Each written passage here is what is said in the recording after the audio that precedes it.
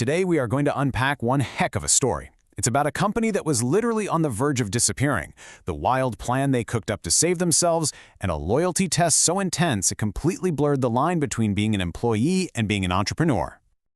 Just imagine for a second, your paycheck is weeks late. Everyone's morale is in the gutter, and then your boss hits you with this. It's not just a request, it's a challenge, right? An ultimatum, really. And that one question is at the very core of this whole thing. So let's paint the picture. We've got a company in deep, deep trouble. They're facing a cash flow crisis so bad they can't even cover their most basic bills. You know, the money that keeps the lights on and the business running, it had just dried up completely. And the first people to really feel the heat? The sales team. I mean, these are the folks who are supposed to be the engine of the company, right? But their fuel, their salaries, their commissions was completely cut off. You can just imagine the tension. Any trust that existed between the team and the higher-ups, yeah, that was pretty much gone. So, with their backs against the wall, what did the company do? Well, they didn't come up with some boring old business plan, oh no. They came up with something so radical, so unorthodox, it was almost unbelievable. This wasn't about getting a loan. This was about testing the faith of the people who worked there.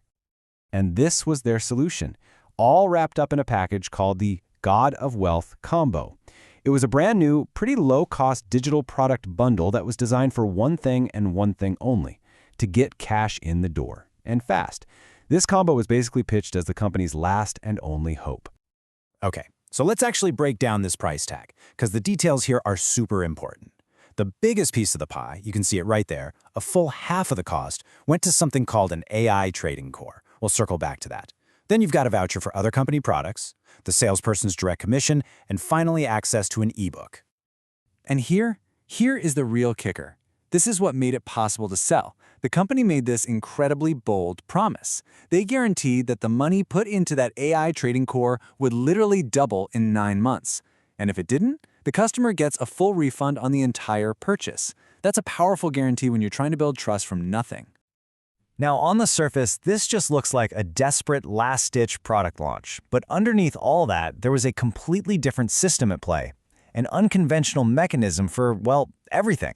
And this is where the story gets really interesting. So this is the big question, right? It's the logical disconnect. If the company is flat broke, how on earth does launching a new product, which, by the way, comes with its own costs and promises, solve the immediate crisis of not being able to pay your people? It seems totally backward, doesn't it? And this right here, this is the real plan. This is how it actually worked. So follow me here. Step 1, a salesperson makes a sale. Step 2, a big chunk of that sale, the AI core money plus their commission, is immediately unlocked. And then, step 3, that cash goes directly to that salesperson to pay their own overdue salary. Which brings us to the final step.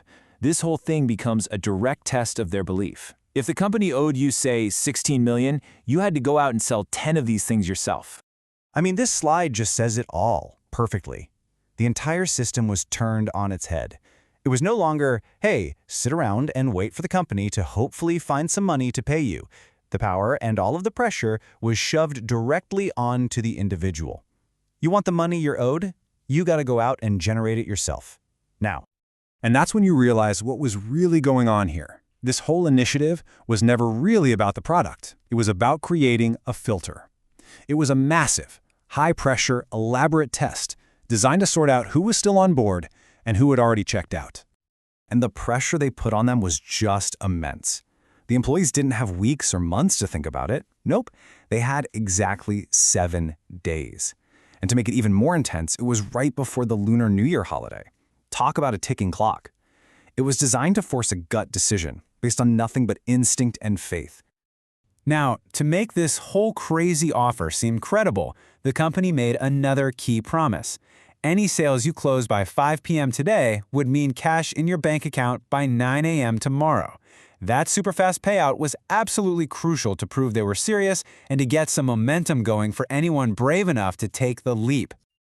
And here we go, straight from the source. This is the brutal, unvarnished truth of the whole plan. It wasn't just a sales campaign, it was a self-selection process. It was a way to, and I quote, legitimately fire employees who don't have enough faith. If you didn't sell, you didn't get paid, and your time at the company was, for all intents and purposes, over.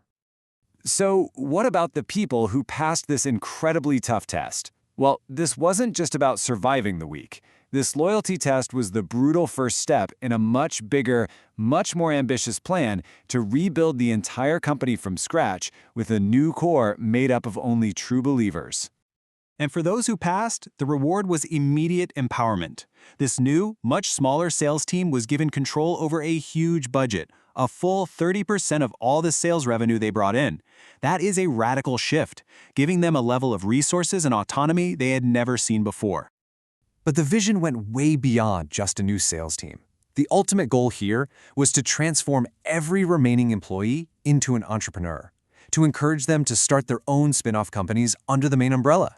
And this wasn't just a feel-good idea. It was also a pretty clever strategy for optimizing taxes and creating a whole network of small, highly motivated teams. Which leaves us with the big final question, doesn't it? Was this a stroke of absolute genius, a brilliant way to filter for loyalty and build a stronger, more committed company from the ashes? Or was it an ethically murky, desperate gamble that put all the risk squarely on the shoulders of its most vulnerable employees? I'll let you think on that one.